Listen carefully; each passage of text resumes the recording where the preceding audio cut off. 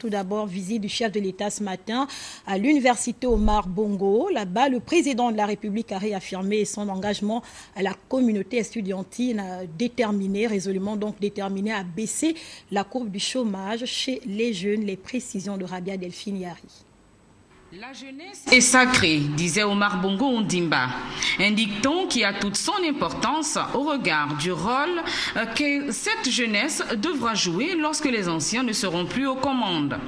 Vu sous cet angle, il est donc tout indiqué qu'une attention toute particulière soit accordée aux jeunes. En effet, étant donné qu'elle est la relève de demain, la jeunesse a besoin que des mécanismes soient mis en place afin de lui assurer d'abord un épanouissement en tant qu'étudiant, ensuite de bonnes alternatives professionnelles. C'est finalement dans cette optique que le président de la République est allé à la rencontre des étudiants. À l'université Omar Bongo, Ali Bongo Ondimba a proposé à ses jeunes compatriotes un pacte de responsabilité pour l'emploi où chaque composante devra jouer sa partition. Nous devons nous assurer que les formations que nous dispensons ne mènent pas au chômage. Nous devons donc désormais travailler à améliorer l'employabilité des jeunes. C'est tout le sens que je donne aujourd'hui, et vous l'aurez noté, à la présence du patronat dans la délégation qui m'accompagne. Nous devons donc nous mobiliser pour faire accéder notre jeunesse à l'emploi. Pour cela, il faut inventer un modèle de solution, mais surtout solution adaptée à notre réalité économique, sociale et environnementale. Ce modèle devra réunir le gouvernement, les structures de formation universitaire et professionnelle, celles en charge de la gestion des demandeurs d'emploi, les employeurs et la jeunesse. Le chômage des jeunes n'est pas l'apanage du seul Gabon. Aux quatre coins du globe, le problème se pose également. Seulement, pour le chef de l'État, des stratégies conduisant à des solutions adéquates doivent être repensées. Aussi, la nécessité sur le choix des filières de formation est-elle de mise.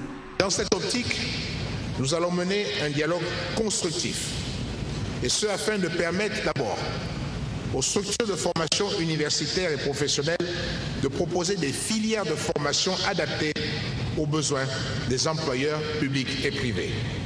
Aussi de permettre au secteur privé de mettre en place un dispositif permettant aux entreprises de s'impliquer dans la définition des programmes de formation et de préciser leurs besoins d'embauche à court, moyen et long terme.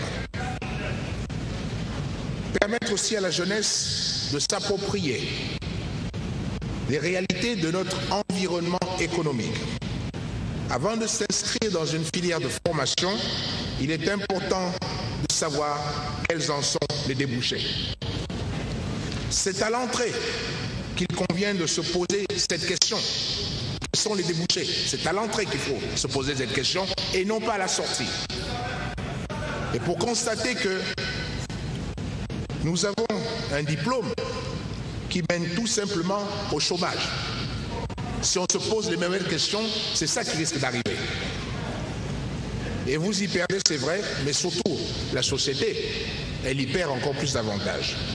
De bonnes perspectives se profilent donc à l'horizon pour une réduction du taux de chômage des jeunes dans notre pays. Toutefois, a souligné le président de la République, les jeunes doivent oser de nouveaux challenges professionnels tout en visant avant tout leur insertion pleine et entière dans la société.